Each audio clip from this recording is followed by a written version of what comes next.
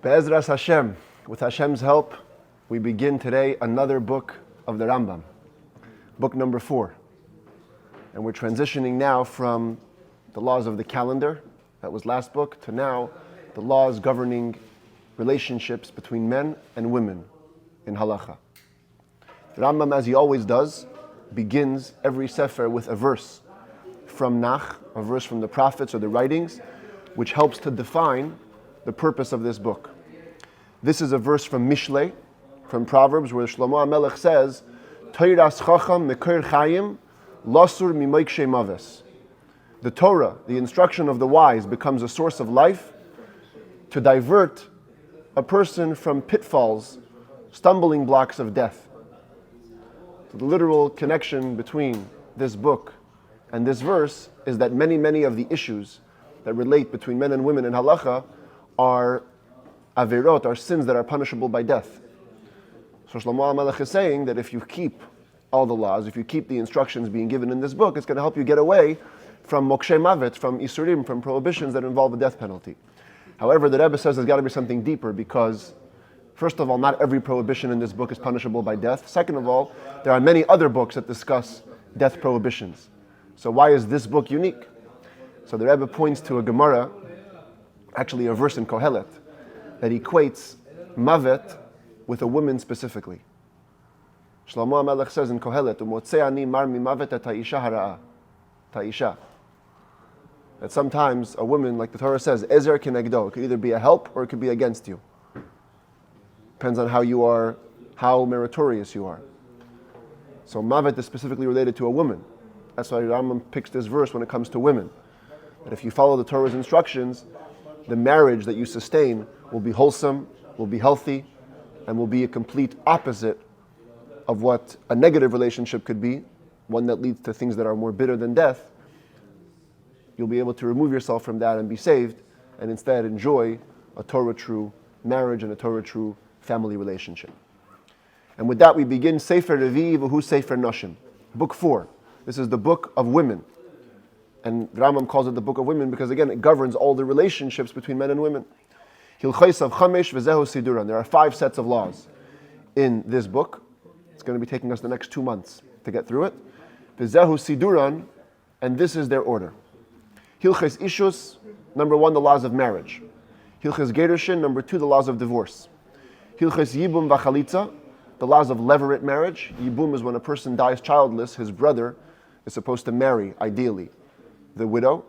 And if not, he does what's called chalitza. Chalitza literally means removal. It's a whole process where you go to court, you remove the shoe, the woman removes the shoe of the brother, and with that she's free to marry.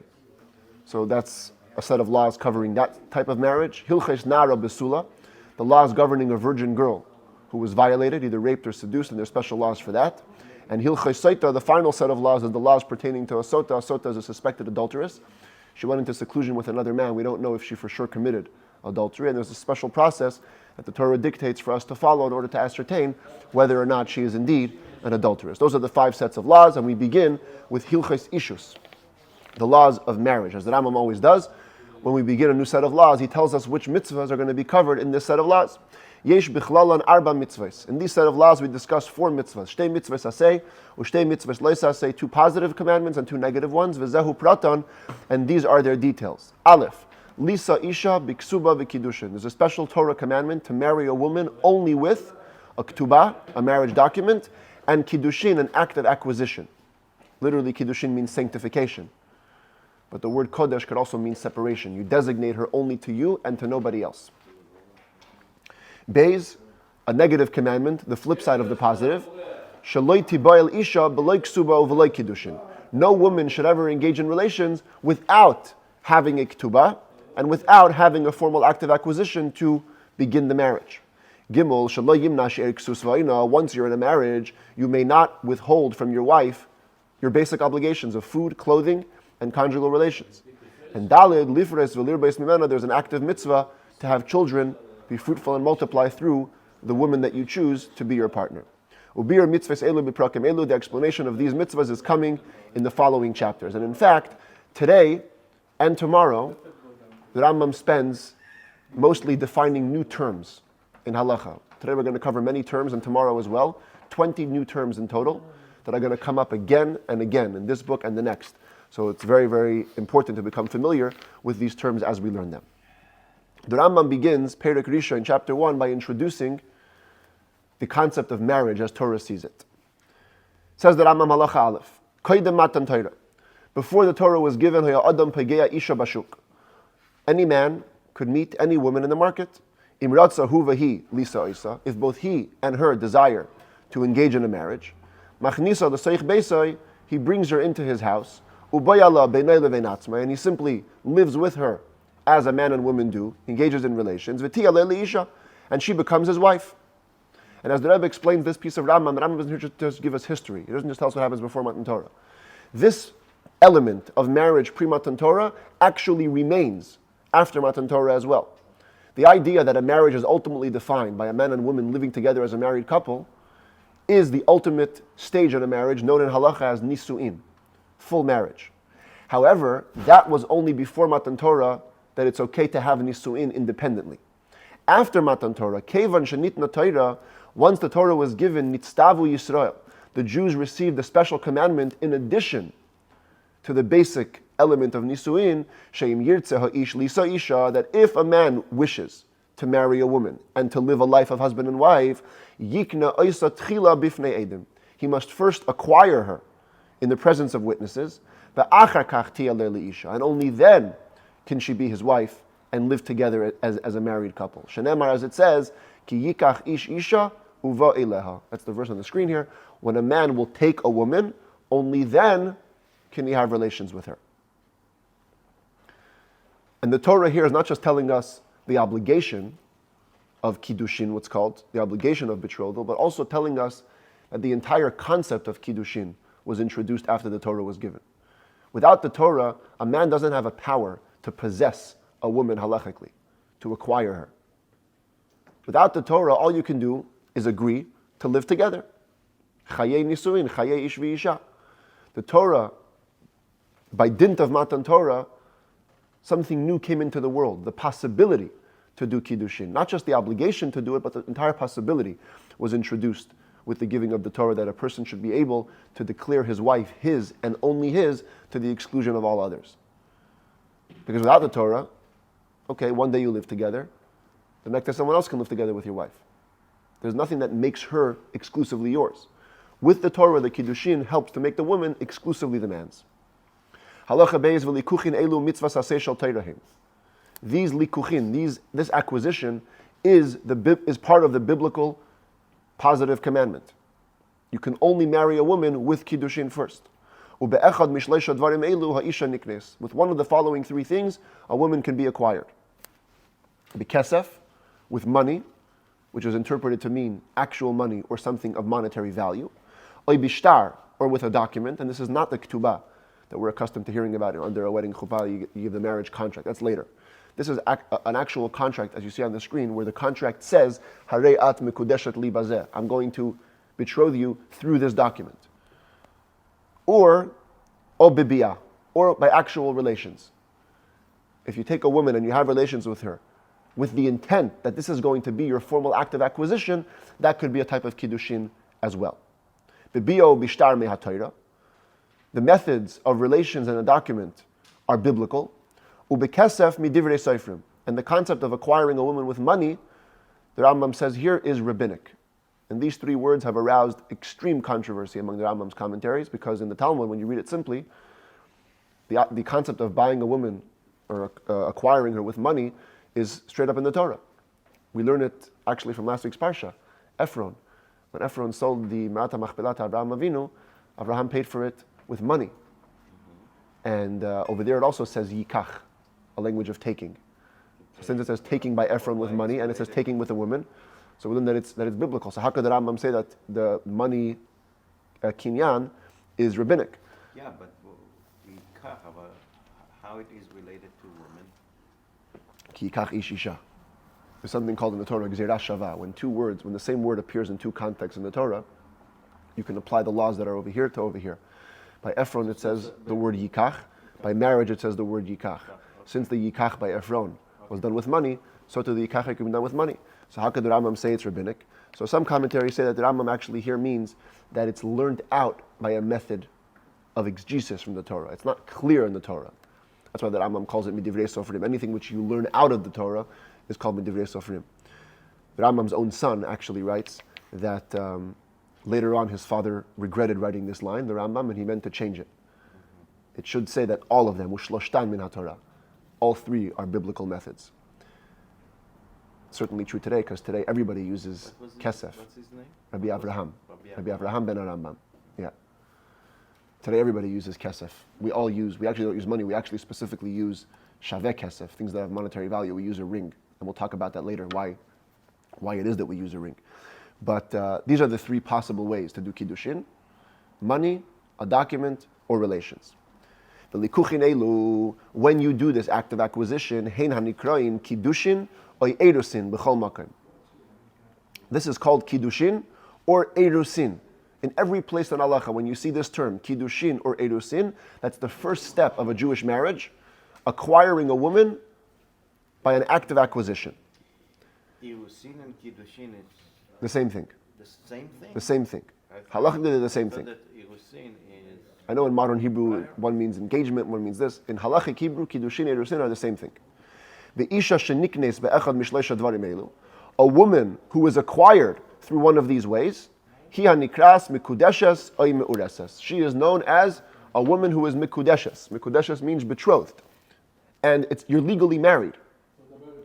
With kiddushin, a woman is actually fully legally married. Any man who tries to take her afterwards is violating a major prohibition in the Torah. He's dealing with a married woman. This is the first important word for us to remember. It's going to come up again and again in the next 25 chapters, which is this laws of marriage is 25 chapters. The word mikudeshet means a woman who is in the first stage of marriage. Gimel, the kevan sheniknes isha v'nases mikudeshes. Once a woman is acquired and she becomes mikudeshes, she becomes betrothed. Afal pi shaloi nivala v'loi nichnasa lebeis baila. Even if she never had relations, she never even went into the house of her husband once. Harei hi eshes ish. By the Torah law, she is considered to be a married woman. Anybody who has relations with her besides for her husband, chayav misas beis din, is liable to the death penalty by the court. If the man wants to divorce his wife at this stage, tzricha get. She's fully married to the point that she requires a divorce document. Totally not like today's engagement. Today's engagement, you can break off an engagement, it's much less harsh. In this case, when you acquire a woman and you make her mikudeshet, she's yours, fully married. Today, we actually do both stages under the chuppah. Today we get engaged, it's a formal engagement, and then under the chuppah we give the ring, that's the kiddushin, then we take a little break, and then we do the actual marriage through the blessings of the Sheva Barachot and being under the chuppah. Dalid, koydem matan Torah, another thing. Before Torah was given, a man could meet a woman in the market with no commitments. If both he and she wanted to have some pleasure, he gives her some payment, has relations with her in the middle of the road, and he leaves. This woman is called Kedesha. Kedesha means a prostitute, essentially. Once a Torah was given, Nesra HaKedesha, it is forbidden for Jewish women to engage in prostitution. Shenemar, as it says, Leisia Kedesha mi b'nais Yisrael. This is a verse clearly in the Torah. There shall not be a prostitute among the daughters of Israel. Lefichach, therefore, anybody who then does have relations with a woman just for harlotry, with no kiddushin, with no act of acquisition, he gets lashes biblically, because he engaged in relations with a prostitute. This is another thing which Torah introduced. The concept that a woman cannot be just free for all. It's very interesting, every book in the Rambam is in a very precise order. So the last halakha in the last book, yesterday we learned, was that about peace, Gadol HaShalom, how great peace is. The whole Torah was given to make peace between man and woman in the world. And the first halachot of these books are laws that encourage peace in marriages. Formally acquiring a woman, making her yours exclusively, not just engaging in free-for-all relationships with women. This is the Torah values, which actually bring the greatest peace. When you follow this recipe, you're guaranteed to have healthier relationships. So, that is the basic elements of marriage as they are by the Torah. Kiddushin, the formal acquisition, nisuin, then living as husband and wife, and no kedesha, no harlotry. Halacha he. Let's talk about some of the women that are forbidden to men in relationships. Kol sha'asar b'yaseh b'Torah. Any woman whose relationship is forbidden biblically, v'chayav al b'yaseh kares, and you would be liable to excision, karet, for having such a relation. They are all the women enumerated in the portion of Acharei Mot. Heina nikrois arayos. They are called together arayot. V'chol achas mea nikras erva. Each one individually is called an erva. So remember this term, again coming many, many times during this book and the next. Erva means a woman forbidden to you on penalty of excision. Torah level prohibition. Kigain aim, v'achais, ubas, v'chayetze behen. Like a mother, like a sister, like a daughter. And the Rambam will elaborate on these in the next book. We're not going to be discussing the arayot very much. What we will be discussing today is the next level. Vav, v'yesh nashim acheres. There are other women, shehein asures mipia kabbalah, v'yisuran midivrei seifrim. Their relationship is forbidden by oral tradition and its rabbinic prohibitions. V'heina nikrois shniyos. They are called secondary. V'pnei shehein shniyos la'arayos. Because they're second place relative to the erva, which is forbidden biblically. V'chol achas mea nikras shniya. Each one individually is called a shniya. This is another term now. So you have shniya means a woman forbidden to you rabbinically. Ve'esrim nashim hein ve'elu hein. These are 20 women, and they are the following. And I tried to make a little family tree here. The first one came out very good. The other one's not so good, but let's try our best to go through this tree over here. This man here is the man at issue. The question is, who can he be in relationship with? And we're going to have a bunch of different women that Rambam is going to enumerate over here. These three are purple. They're different colors, not because they have a different law necessarily. The mother, as we just said, is forbidden biblically. Whoops. Mother is forbidden biblically, but the grandmothers are actually part of the rabbinic prohibition, so we're going to go through each one. So the Rambam says, number one, Aleph, Ein Imai, the mother of his mother. Okay, here's the mother. That's the mother of his mother. She's the first one. Vizu Ein La Hefsek. This line has no stoppage. Ela afilu aim imai ad maila. If you go maternally, even the mother of the mother of the mother of the mother, all the way up, asura, is all forbidden rabbinically. So this line here, here's the man, that's his mother, that's her mother, and that's her mother. This way up are all shniyot.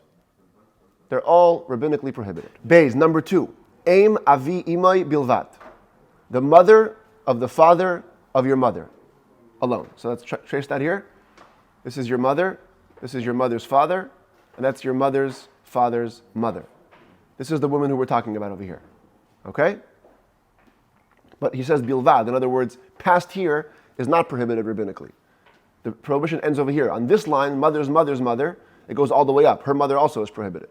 But on this line, it stops here. Gimel, aim aviv, your paternal grandmother. This is the father's mother. And again here, vizu ein lahefsik, following this line, there's no stop. Ela afilu aim aviv ad lemaila, even the mother of the mother of the mother of your father. All the way up, asura is forbidden. So you follow this line up, whoever her mother's mother's mother's is, it's all prohibited. Dalid aim avi aviv bilvat, the mother of your father's father. So again, this is the father here, that's the father of the father, and that would be the mother of the father. On this line, it stops right here. Nobody past her is prohibited.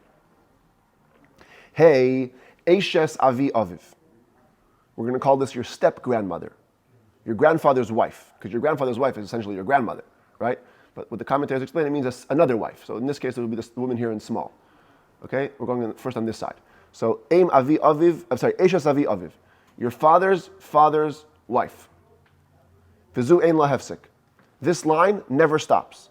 Afilu Eishes Yaakov Avinu, Asur al Echad Mimenu. Even if we could meet the wife of Yaakov Avinu, who isn't our mother, in other words, not our matriarch. You trace yourself up, let's say, to Leah. Leah would be your great-great-great-grandmother. But Yaakov had another wife, Rachel. You would not be able to marry Rachel by dint of this biblical, rabbinical prohibition. Vav, Eishes Avi Imai Bilvat. The wife of your maternal grandmother. And again, this means not your grandmother herself, but his other wife, a step-grandmother to use. This is your mother's father, his second wife over here. Okay, another one. Zayin, Eishes Achi Ha'av Min Ha'em. The wife of your uncle, your paternal uncle, so long as they're brothers that share the same mother. I didn't make this so clear in the chart here, but here he goes. This is the guy, this is his father, that's the brother. His wife, assuming these two are brothers by the same mother,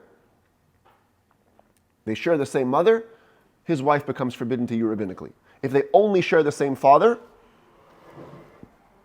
then we don't say that, because if they share the same father, then it's actually biblically prohibited. Ches, Eishes achi ha'em, going the other way, your maternal uncle's wife. Bein min ha'em, bein min ha'av. Here, it doesn't matter how your mother and her brother are brothers. Whether through the same father or through the same mother, the wife of your maternal uncle is forbidden to you only rabbinically. Those 8 are in this chart.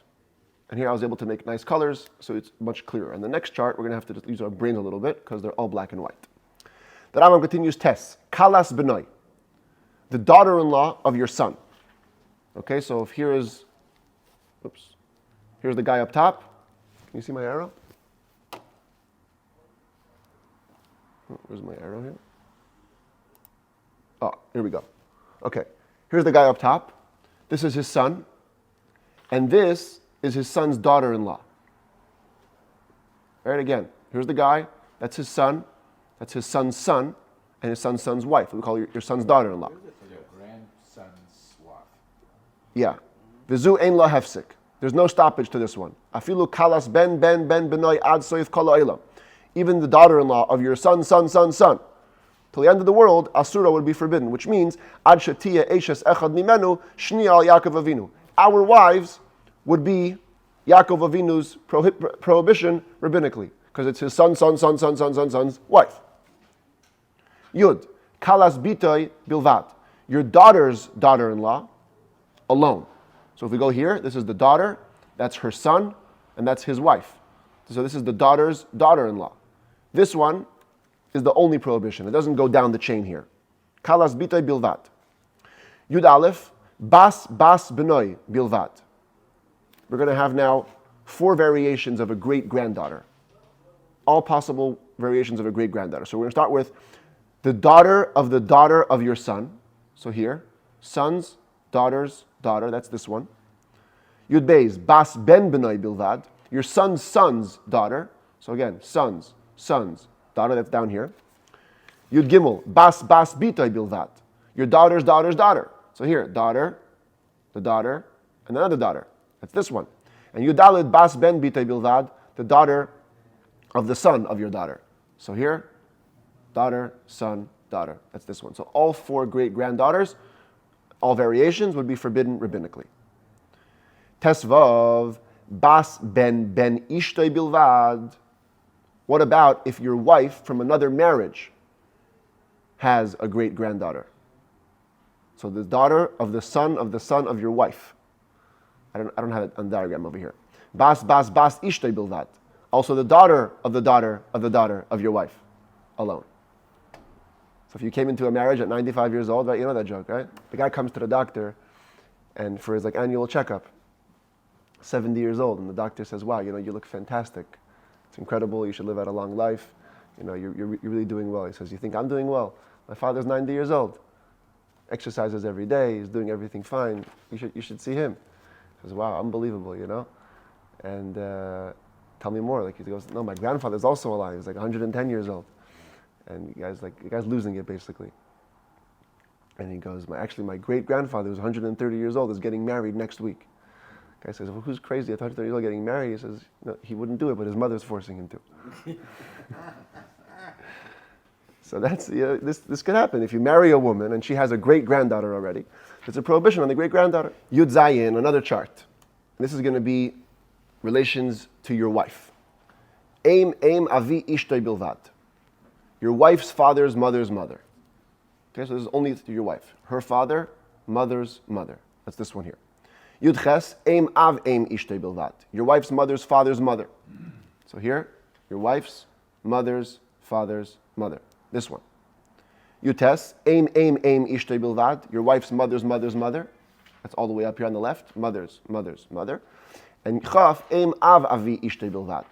Your wife's father's mother. Going this way. Father's mother. So all 4 variations of your wife's great-grandmother are forbidden to you rabbinically. Nimtzu, it turns out, says the Rambam, Hashniyas she'ein lahen hefsek arba. There are only 4 rabbinical prohibitions that have no stoppage on the line. Eim ha'eim ad lamala, your mother's mother till all the way up. Ve'eim ha'av ad lamala, your father's mother till all the way up. Ve'eshes avi ha'av ad lamala, and your grandfather's wife, in other words, a step-grandmother, all the way up. Ve'eshes ben benoy ad lamata, and your sons and his descendants, wives, all the way down. Zayin, another term. Kol she'asar b'yaseh b'torah v'lo yichiev alav kares. All the women whose relationships are forbidden biblically, without excision, you don't get karetz for them. Heinan ikrayim isurei lavin. They're called prohibitions by a negative commandment. Okay, let's see over here. Isurei lavin, another term, a relationship forbidden on penalty of a negative prohibition. V'oid nikrayim isurei kedusha. Sometimes they're called prohibitions of holiness, because they keep the Jews holy by staying away from these women. V'tishahein, they are the following. Ve'eluhein. There are 9, they are the following. Almana lekohen gadol, a widow cannot marry a high priest. Grusha izoynoi chalola, a divorcee, a woman who was in a previous relationship with another man, who was forbidden to her. Or a chalala, that's a product of a forbidden Kohen union. These women are forbidden bein lekohen gadol, bein lekohen hedyot, whether to a high priest or to a regular priest. Umamzeres leben Yisrael, ubas Yisrael lemamzer. A mamzeret is a woman who was born out of a Torah forbidden union. So if somebody marries his sister and they have a child, the woman is a mamzeret, and she cannot marry into the Jewish community. Same thing, a Jewish woman cannot marry a mamzer, a man produced by an illegal Torah union. Ubas Yisrael amaynu umayavi, a Jewish woman cannot marry or be in relations with a man from the nations of Ammon or Moab. So ממזרה יכולה להינשא לממזר? Yes.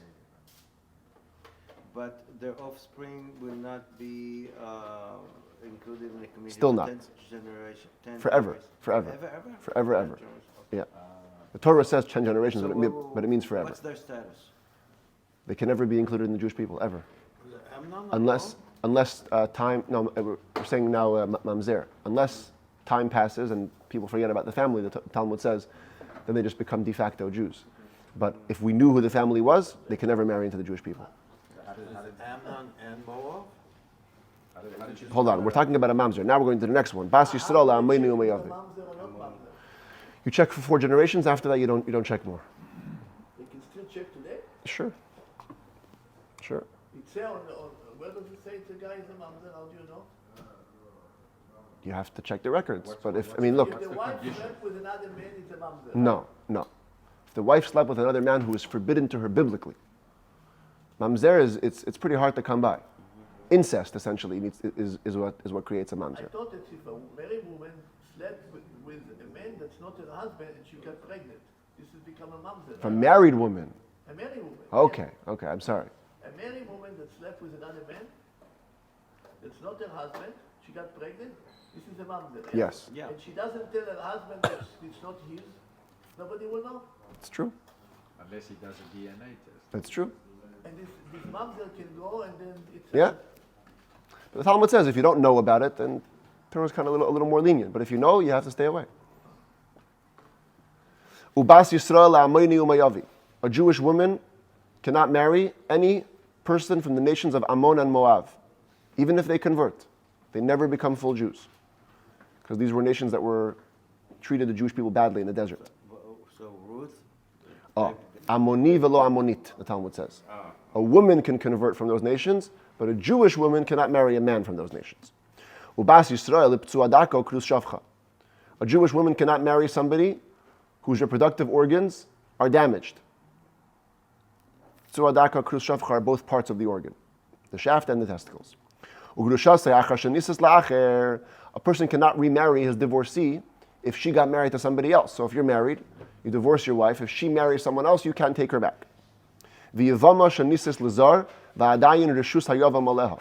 A woman who is in the wings, if she's waiting for Yibum, her husband passed away childless, and she's waiting for her husband's brother to do the act of Yibum, and she goes ahead and marries somebody else,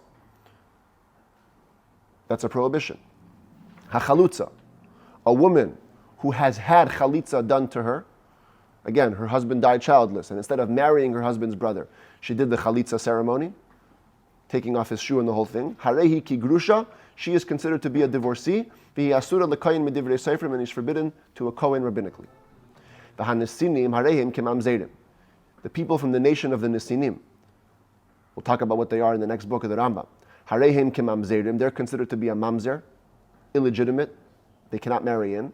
Echad zcharim be'echad nekeves, whether men or women, v'isura midivrei seifrim, by rabbinic prohibition. U'bihilches yisurei bia yizbar lecha mahim anasinim. In the laws of forbidden relationships, in the next book of the Rambam, we will explain who the Nisinim are. They're basically a nation called the Givonim, who tricked the Jewish people into accepting them in days of Yehoshua. And because they were tricked, so the Jewish people, in the end, they kind of let them stay, but they gave them a lower status as Jews. They're treated like as slaves and they don't marry into the congregation. Ches, there's an even lesser status. There's another category called Isurei Aseh, a relationship forbidden by only a positive commandment. There's no negative prohibition. There's a positive commandment from which we learn a negative commandment. Ushloishahem, there are three women. Number one, Mitzri va'adoimi. Three relationships. A convert from the Egyptian nation or the Edomite nation, Doirisha and V'darsheni. First and second generations, Echad Zecharim ve'Echad Nekeves, both men and women, are forbidden to marry Jews. Only after the third generation they permitted. First, second generation, they cannot marry a regular Jew. But it's only learned out of a positive commandment, as we'll see in a second. Ube'ula l'kohen gadol, as well as the prohibition of a woman who has engaged in relations to a high priest. Once a woman engaged in relations, she's no longer a virgin, kohen gadol cannot marry her. But again, only out of a positive commandment. What does that mean? It never says anywhere in the Torah, do not marry an Egyptian, or do not take an Egyptian. Rather, it's implied from that which it says, the third generation can enter the congregation of Hashem. You learn that generation 1, generation 2 cannot marry. And from the fact that it says that a Kohen Gadol should only marry a woman in her state of virginity, you learn that if she's not a virgin, you can't take her. But the prohibition only arises out of the positive commandment. A